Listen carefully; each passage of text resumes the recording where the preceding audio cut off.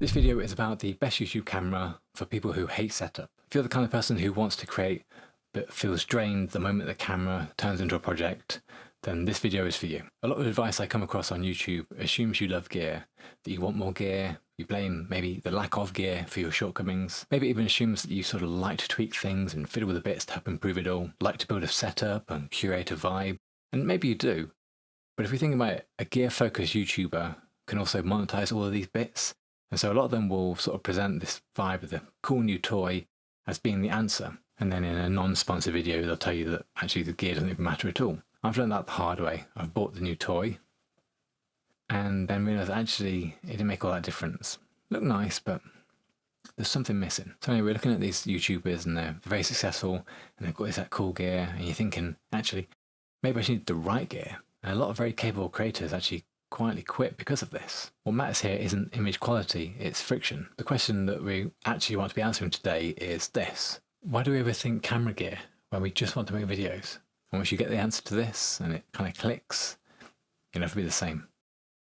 Let me describe a pattern I've seen and suffered from for the past 16 years. Someone decides they want to take YouTube seriously, been there, got the t-shirt, they research cameras, lenses, they watch reviews, they save up the money, and filming becomes something that we're preparing for instead of something that we're actually doing. And actually energy drains before the record button is even pressed. Slowly, without dramatic failure or anyone actually really noticing, the channel dies.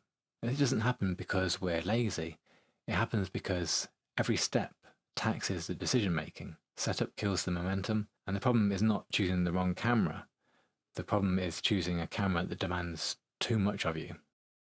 Most people fall into one of these three traps. Trap 1, I'll buy once and cry once, the big purchase. This feels smart, responsible maybe, but it actually usually delays publishing for months, if not years. Trap 2, pro gear will make me take this seriously. In reality, seriousness comes from repetition, the indisputable fact of having a back catalogue, not equipment. And trap 3, I'll start once my setup feels right.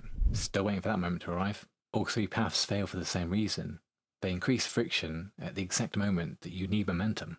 So before we talk about what camera to use, we need a rule. Because the best camera is not defined by specs, it's defined by how it behaves in your life. Here is the rule that matters. The best YouTube camera is not the one with the best specs, it's the one that removes friction at the moment you want to create. That's the only rule.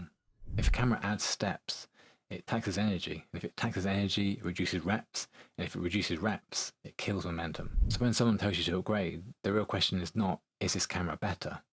The real question is, what does this camera demand from me every time I press record? Platforms reward consistency, far more than quality, especially when you're small. We've all been there when a random draft just takes off, but the one that we carefully perfected over 40 hours just dies. So, we should see cameras through this lens, pun intended. Most options pretty much eliminate themselves. If you think about your real day, you have work, you have obligations, you have energy spikes, but you've not got endless time. The right camera has to work even when you're tired, when you only have 20 minutes, when motivation just shows up out of the blue on a Thursday afternoon at precisely 3:17 p.m.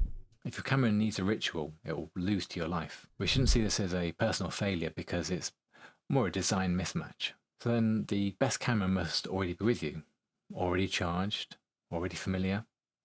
Anything else is just friction pretending to be ambition. And I'm guessing at this point, the answers probably become obvious. The best YouTube camera for people who hate setup is the Ariel X25. This camera is just, no, I'm kidding, it's your phone. But it's the device that you already carry, the one that removes setup instead of adding to it. Your phone does three things better than any dedicated camera. First, it collapses friction. You can record in literally seconds. Second, it preserves energy. There's no mental load or technical spiral. What you've got is what you've got, and that's all you need. And then third, it protects momentum. When the thought arrives, you can act, and that's the real advantage. Not image quality, but speed of execution. I've watched creators with worse cameras build careers, while others with the perfect setup just fade into nothingness. The difference was never the tool, it was the ability to keep showing up. I believe there's only one valid reason to upgrade your camera, and that's when your current camera becomes the bottleneck. Not when you feel insecure, and not when YouTube suggests it, not when someone flexes their gear, when your ideas, clarity, and consistency demand more. Until then, upgrading is just a distraction. Now you've probably saved yourself a lot of money and a lot of setup time, and that matters a lot. A better camera never keeps people watching, but better intros do, because nobody clicks for quality, they click for clarity. If you want the next piece of the puzzle, I broke down the 11 hook formulas that actually stop the scroll, regardless of what camera you have. So watch that next. Your phone is ready. The next question is whether you are. I'll see you over there.